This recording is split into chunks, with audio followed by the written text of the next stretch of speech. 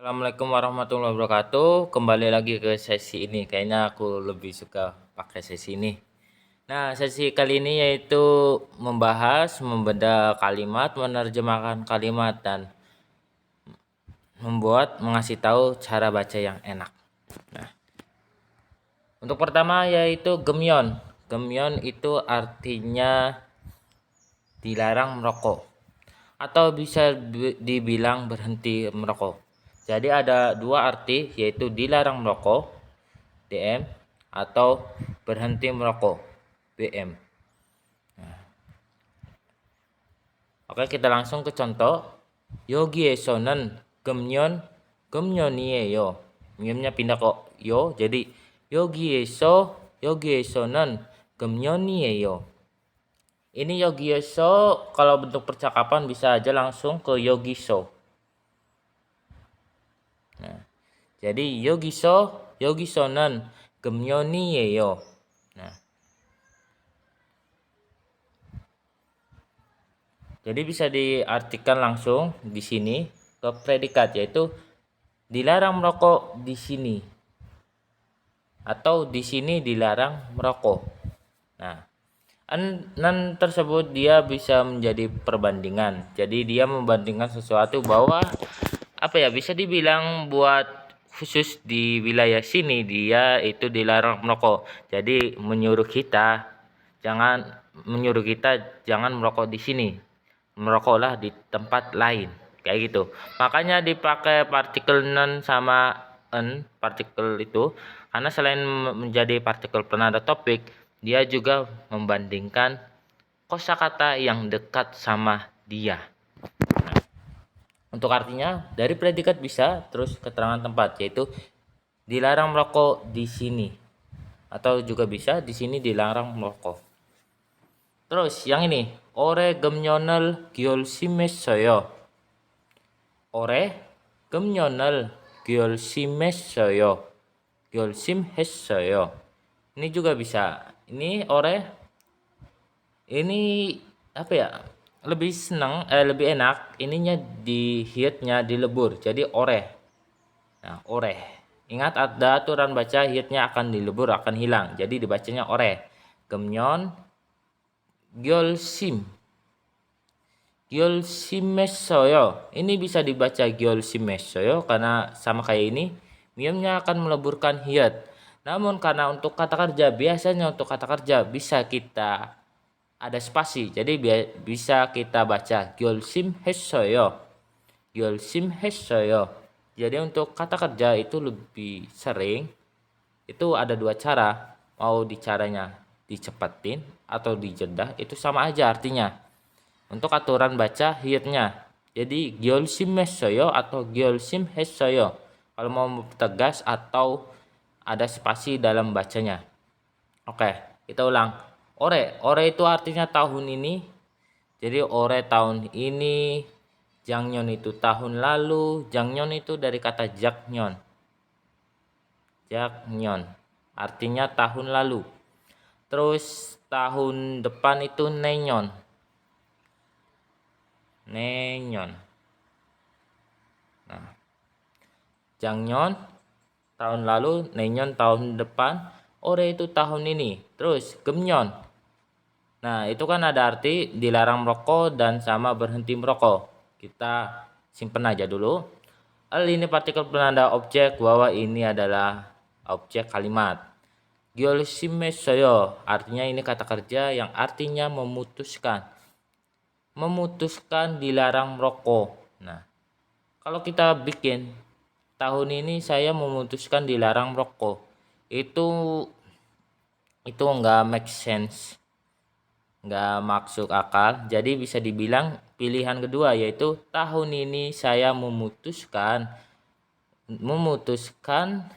berhenti merokok.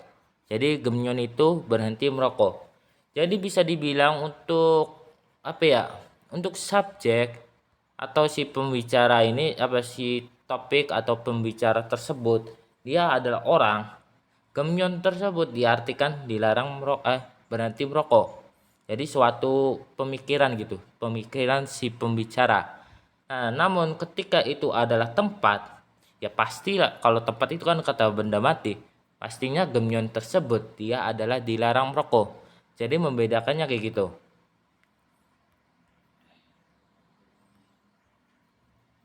Oke lanjut. Untuk antonim sinonim yang enggak ada sih dilarang merokok.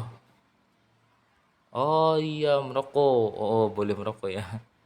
Hepion. Oke, untuk gigan. Gigan itu bisa dibilang masa atau periode. Masa atau periode. Nah, hyuga. Hyuga giganenen pyorel miri yeyak hea heo. Hyuga giganenen pyorel miri yeyak hea heo. Hyuga giganenen pyorel miri yeyak hea heo. Jadi untuk kata kerja ini bisa juga kayak tadi. Untuk aturan baca hiyat itu bisa dua cara untuk kata kerja atau kata sifat. Jadi bisa heyak heo, kayaknya untuk kata kerja doang sih, kalau kata sifat sih gabung. Nah, heyak heo bisa ini maaf gioknya sama hiyat jadi akan gabung menjadi hiyak. Jadi yeyak heo. Tapi bisa juga menjadi yeyak heo. Yeyak hea heo. Dari kata yeyak hada yang artinya memesan, yeyak hada. Nah, bisa dibaca yeyak hada atau yeyak heo karena gabungan antara kata benda sama kata kerja hada. Gabungan kata benda ditambah hada jadinya kata kerja. Makanya ada dua cara. Dua cara baca yeyak hada atau yeyak hada. Oke. Kita mulai ke kosakata. Hyuga itu kalau nggak salah artinya cuti, liburan kalau nggak salah hyuga. Terus gigan itu masa. Maaf saya nggak lupa pas ini buat lupa koreksi dulu kamusnya, kamus online. Nah, hyuga itu kayaknya cuti atau liburan. Gigan itu masa atau periode. Itu pada, karena ini apa ya, bisa dibilang pada, bisa bilang menunjukkan bahwa kata benda yang melekat pada dia itu adalah kata benda waktu. Nah, terus nan itu dia membandingkan. Pyo itu tiket, rel itu partikel pelanda objek, miri itu kata keterangan. Jadi miri itu artinya lebih dulu. Yeyak hea heo dari kata yeyak hada yang artinya memesan dan gabungan antara a o heya aho heya heo. Nah, aho heya he ao heya heo itu artinya harus. Jadi ketika ini digunakan untuk kata kerja. Jadi kata kerja ditambahkan ao heya heo diartikan harus kata kerja. Ini kan kasusnya kan yeyak hada. Jadi yeyak heya heo itu artinya harus memesan. Nah, kita lihat. Seperti biasa kita patokannya SKUP sama SPOK. Karena subjek sama topik nggak ada. Ini bukan topik tapi dia perbandingan. Makanya ini masih taruh di akhir. Kenapa saya ngomong perbandingan? Karena ini E-nya ini keterangan. Keterangan sih. Maksudnya kayak SKUP. Nah, jadi keterangan kan di akhir. Nah, makanya ini perbandingan. Terus baru subjeknya kan nggak ada, baru ke predikat. Ingat SPOK subjeknya nggak ada, baru ke predikat yaitu yeyak hea heo yang artinya harus memesan. Nah,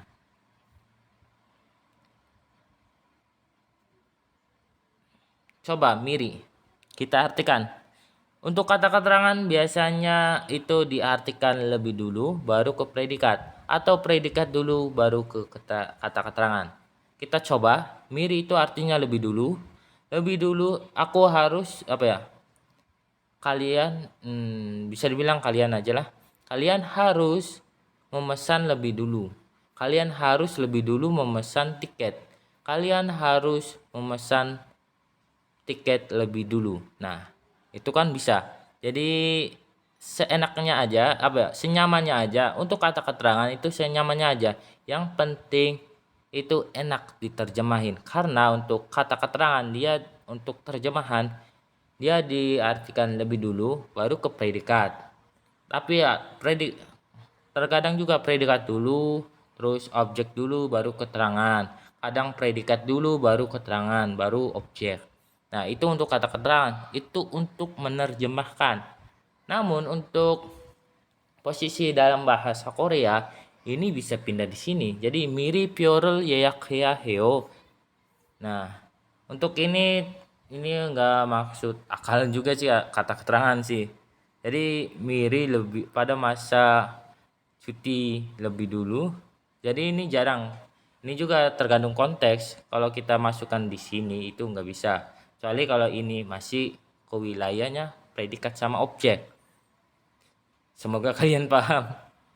Jadi bisa dibilang untuk ini bisa diartikan langsung predikat. Jadi harus memesan tiket lebih dulu atau lebih dulu sekalian lebih dulu harus memesan tiket pada masa cuti atau pada masa liburan.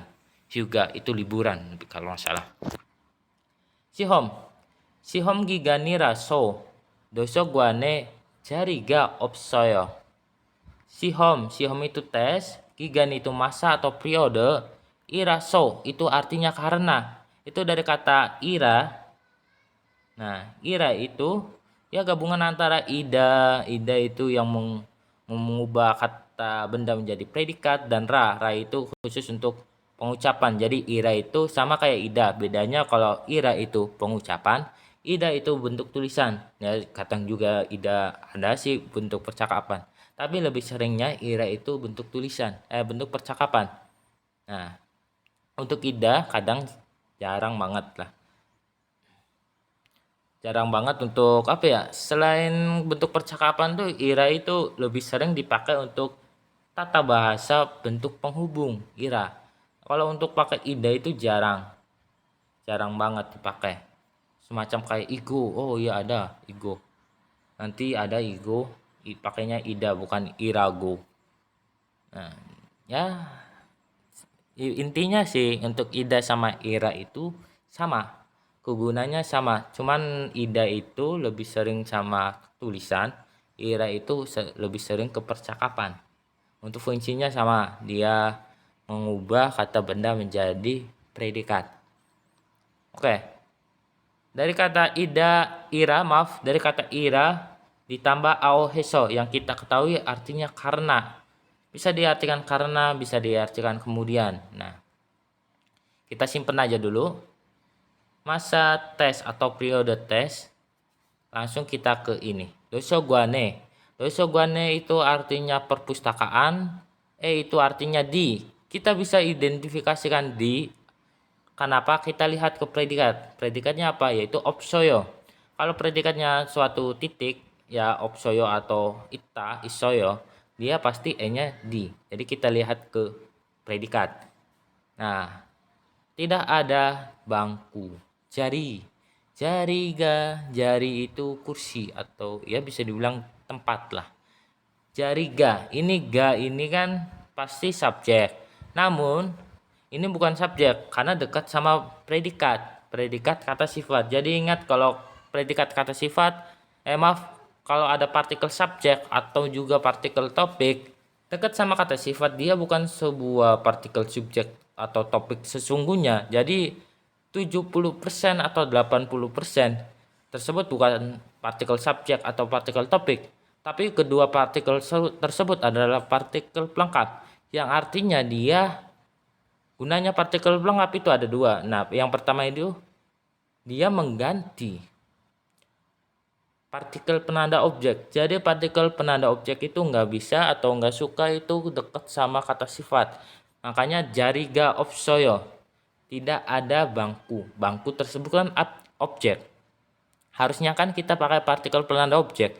Tapi pakainya iga karena itunya kata sifat. Jadi hakikatnya kita harus pakai penanda objek, tapi nggak bisa. Padahal itu kan jari tersebut objek kalimat, tapi nggak bisa karena ada opsoyo kata sifat. Jadi kayak gitu. Sehingga mereka memasukkan partikel i atau ga. atau juga en sama nen. Nah, bedanya kalau en sama nen itu nanti akan membandingkan gitu. Kalau ini kan penegas dan ya nggak terlalu berpengaruh juga. Ya, kayak gitu. Oke, kita lihat. Karena kini kan ada tata bahasa penghubung. Kita bisa diartikan dari di sini dulu. Coba kita artikan lebih dulu. Sihom gigani raso. Masa tes atau periode tes. Nah, periode tes kemudian tidak ada bangku di perpus. Itu pakai kemudian. Nah, tapi masih kurang enak kan? Jadi kita irasonya pakai karena. Sihom gigani raso. Karena masa tes. Karena masa tes tidak ada bangku di perpustakaan. Tuh, karena masa tes atau karena periode tes, jadi tidak ada bangku atau tempat di perpustakaan. Oh ya maaf, astagfirullahaladzim. Nah, untuk iraso dia itu nggak bisa diartikan kemudian dengan syarat bahwa bahwa kata itu predikat tersebut dia kata kerja. Jadi untuk kata kerja aoheso itu artinya karena. Untuk kata kerja itu aoheso itu bisa diartikan karena atau kemudian. Namun untuk kata sifat aoheso itu nggak bisa diartikan kemudian. Nah, terus pakainya apa? Pakainya go. Marah, kemudian diam. Nah, tapi untuk aoheso itu nggak bisa pakai kata sifat. Dan ini kata benda kan menjadi predikat karena ira. Nah, namun dalam gigan tersebut dengan bantuan ira dia masih tergolong kata sifat. Jadi bukan kata kerja. Sehingga itu udah pasti iraso ini artinya karena. Karena periode tes. Jadi tidak ada bangku atau tidak ada tempat di perpustakaan. Nah, jadi untuk diartikan dari tengah karena bla bla bla jadi bla bla bla. Karena sebelah kiri jadi sebelah kanan. Namun kalau kita dari akhir karena nggak ada subjek, kita langsung aja. Tidak ada bangku di perpustakaan karena ini adalah periode tes. Karena periode tes. Periode tes atau masa tes. Oke. Terus untuk antonim nggak ada. Aman. Apa sih? Oh, gigan masa sih. Nah, pertama, kibun. Kibun bisa diartikan perasaan, mood. Perasaan atau mood. Kita mulai. Onerun achimbuto kibuni choayo. Ini ingat hitnya hilang kalau ketemu sama A jadi ketemu sama vokal jadi choayo. Onerun achimbuto kibuni choayo. Hari ini sejak pagi perasaannya senang. Nah, hari ini sejak pagi hari atau dari mulai pagi hari perasaanku senang. Perasaannya senang, bukan perasaanku sih. Perasaannya senang. Kemungkinan nggak ada subjeknya sih. Bisa dibilang subjeknya nggak ada karena bisa diartikan saya atau perasaan orang lain. Karena subjeknya belum tentu. Karena ininya partikel pelengkap. Jadi dia partikel pelengkap tersebut dia selain menggunakan sebagai partikel penanda objek menggantikan partikel objek, dia mendeskripsikan subjek kalimat dan di sini nggak ada subjek kalimat sih. Jadi untuk sementara subjek kalimatnya ngarang yaitu saya aja. Saya aja ya. Hari ini saya sejak pagi perasaannya senang.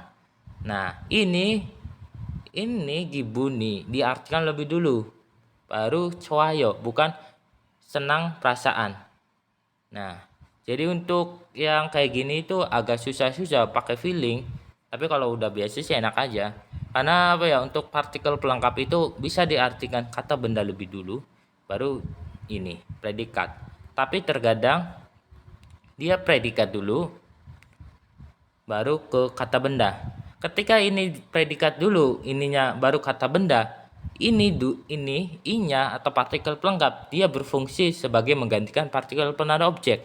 Namun ketika ketika ininya diartikan dulu, baru coayo, baru predikat, maka di sini ada menjadi satu kesatuan yang menerangkan subjek di sini. Yang di sininya subjeknya masih kosong. Bisa bisa dibikin modif sendiri, yaitu oneren jega buto gibuni coayo. Jega, dikasih jega. Apa sih? Ya biasalah untuk orang Korea, subjek kalimatnya kadang-kadang hilangkan. Sering lah, bukan kadang-kadang. Astagfirullah. Terus 친구랑 기분 천완 천완나러 바다에 가려고 해요. 친구랑 기분 천완나러 바다에 가려고 해요. 친구랑 dengan kawan, irang, perasaan, mood. Coba perasaan aja dulu. Perasaan tapi Chonwan haro itu bukan menelpon. Jadi kalau niannya kita hilangkan di sebelah sini chonwa hada, atau bisa dibaca chonahada. Nah, itu artinya menelpon. Tapi kalau chonwan hada atau chonan hada itu chonwan hada lah. Chonwan nada. Nah, ketika itu chonwan hada, dia diartikan bukan menelpon, tapi dia mengubah. Kayak mengganti atau mengubah. Yang biasanya yaitu objeknya yaitu kibun. Jadi mengubah perasaan atau mengubah mood. Nah, ro itu artinya untuk, bada itu pantai, kita identifikasi artinya ke. Karena apa? Karena predikat bentuk perpindahan. Gada. Makanya nya ke. Gada pergi, ryogo itu artinya berencana untuk. Nah, ryogo heyo itu artinya berencana untuk atau bermaksud untuk. Oke. Karena kita lihat dulu subjek sama topiknya ada nggak? Kalau nggak ada, biasa dong kita terobos ke predikat. Ini kenapa kita nggak bisa pakai yang ini? Padahal kan predikat ini kan lebih dulu.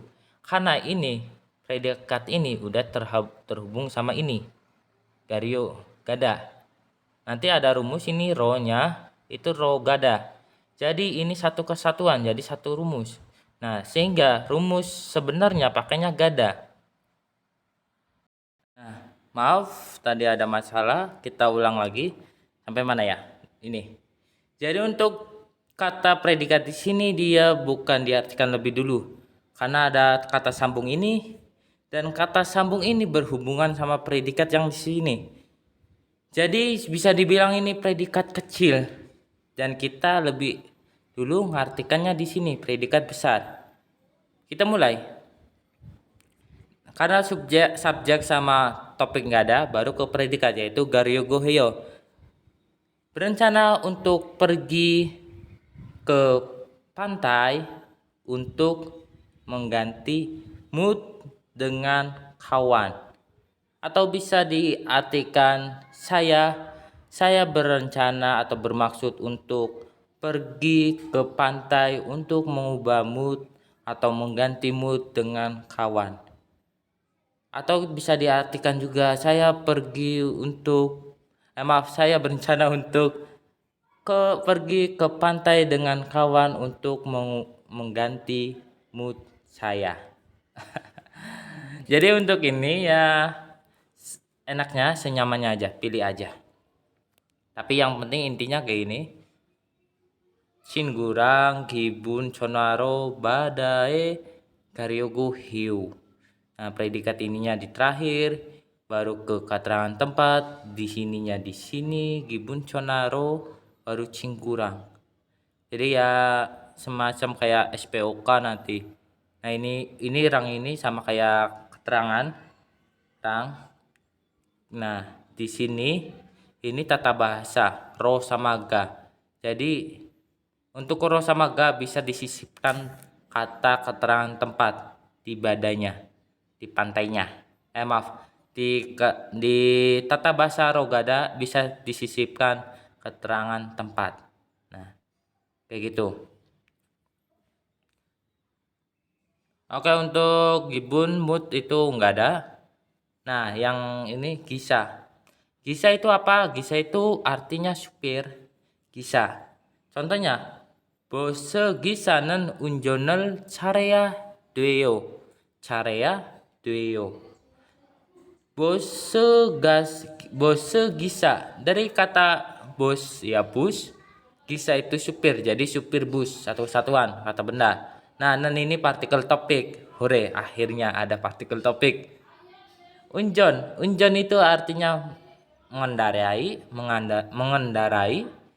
Ini artinya partikel penanda objek sehingga unjon tersebut kata benda. Bisa dibilang itu artinya berkendara atau berkendara.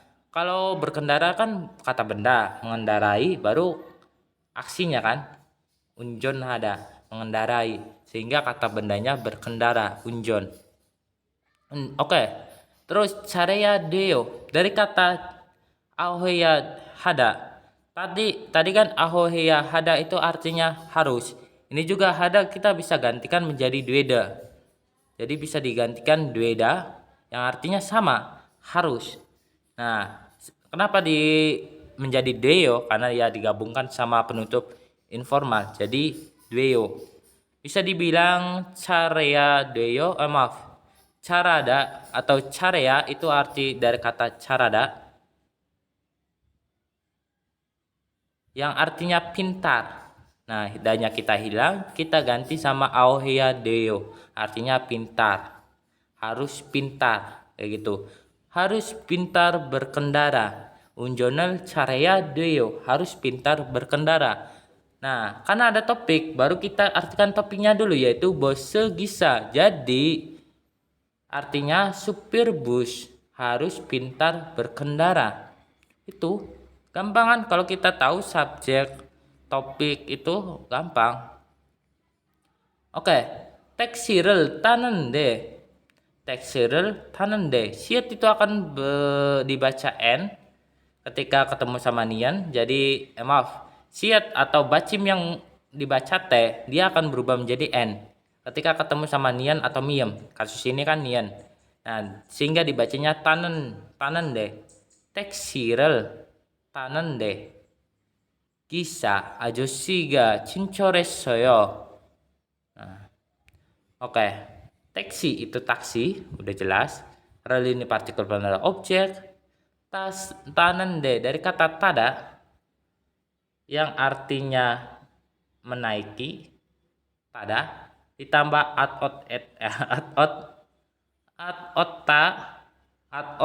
heta yang artinya sudah. Nah, kisah itu artinya supir, ajosi itu paman supir atau pak supir lah. Pak supir. Kalau dalam Indonesia itu kan paman supir itu kan agak aneh gitu kalau diterjemahkan. Tapi dalam Korea itu ada, malah lebih sering pakai gisa ajosi kayak gitu. Nah, namun untuk terjemahan itu kan agak aneh agak aneh gitu bagi budaya kita. Jarang banget ngomong paman supir. Lebih seringnya pak supir atau mang kayak gitu. Nah, pak supir ini bisa dibilang partikel pelengkap karena dekat sama cincore semnida yaitu kata sifat yang artinya ramah. Cincore semnida. Oke. Sip. Kita artikan dari mana dulu? Nggak ada subjek dan topiknya. Jadi kita ke predikat. Jadi kita mau predikat ini atau ini. Kita lihat tata bahasa penghubungnya. Kalau tata bahasa nende 90% lah. Ada 10% yang ininya diartikan terus baru ke sebelah kiri. Itu 10% doang. Nanti kita akan bahas kalau ketemu soal yang macam kayak gitu. Tapi 90% nende tersebut itu diartikan sebelah kiri dulu, baru sebelah kanan. Itu 90%. Namun untuk 10%-nya nanti kita akan tahu. Kalau dapat sih. Oke. Karena ini 90% di sebelah kiri dulu, baru kita ke bedah di situ sebelah kiri. Sesuai dengan caranya yaitu SKOP atau SPOK, struktur kalimatnya. Karena subjeknya nggak ada, baru kita ke predikat. Predikat itu tanende, artinya menaiki. Atau bisa dibilang udah menaiki. Udah menaiki taksi atau udah menaiki taksi. Tapi karena kalau terjemahan itu nggak enak, kalau orang Korea sih enak-enak aja sih, nggak ada subjeknya. Tapi karena kurang enak kita subjeknya bikin sendiri nggak apa-apa. Jadi aku udah menaiki taksi dan bisa ajosi Pak supirnya ramah. Nah jadi dia mendeskripsikan bahwa apa ya, sesuatu yang si pembicara tersebut apa ya, bisa dibilang mendeskripsikan si pembicara. Subjek tersebut mendeskripsikan bahwa kisah ajo siga cincoresoyo, pas supirnya ramah. Nah makanya itu bukan subjek kalimat. Maksa banget ya gitu. Oke, jadi bisa diartikan jega teksirel tanende kisah ajo siga cincoresoyo. Artinya aku udah menaiki taksi dan ini nende diartikan dan. Ingat, bisa diartikan dan, bisa diartikan koma, bisa diartikan mau diomongin lah atau enggak. Bisa diartikan karena dan bisa diartikan satu lagi nanti yang 10% rahasia. Jadi bisa diartikan dan, bisa diartikan koma, bisa diartikan tetapi. Oh iya, tetapi lupa. Tetapi dan koma atau karena. Ini karena jarang. Dan satu lagi juga jarang banget gitu. Bikin soal nantilah. Kalau saya bikin kayak gini kan nanti nggak terlalu percaya juga sih aslinya. Nah bisa dibilang ini diartikan dan. Karena kalau diartikan tetapi, saya udah menaiki taksi tetapi pak supirnya baik. Nah kalau tetapi itu kan pasti ya ininya positif, ininya A, dan ini lawan dari kata A ya, misal B C D atau B ya, ya amin lah. Jadi lawan dari sebelah kiri itu kalau tetapi. Nah karena ini positif juga, kayak semacam lanjutan dari kalimat ini satu dan kalimat dua, makanya nende itu diartikan dan, atau bisa juga diartikan koma juga nggak apa-apa sih. Saya udah menaiki taksi, Pak supir baik. Itu kurang enak juga sih. Jadi lebih enaknya pakai dan aja. Saya udah menaiki taksi dan Pak supirnya baik. Oh ya, untuk ini nggak usah diartikan udah juga sih. Karena untuk bahasa Korea, dia kalau udah past tense, plak aja past tense. Kalau itu masih nyambung gitu. Predikatnya kalau udah pertama itu past tense bentuk lampau. Kalau masih nyambung sama yang dia bicarakan, ya predikat selanjutnya itu past tense semua.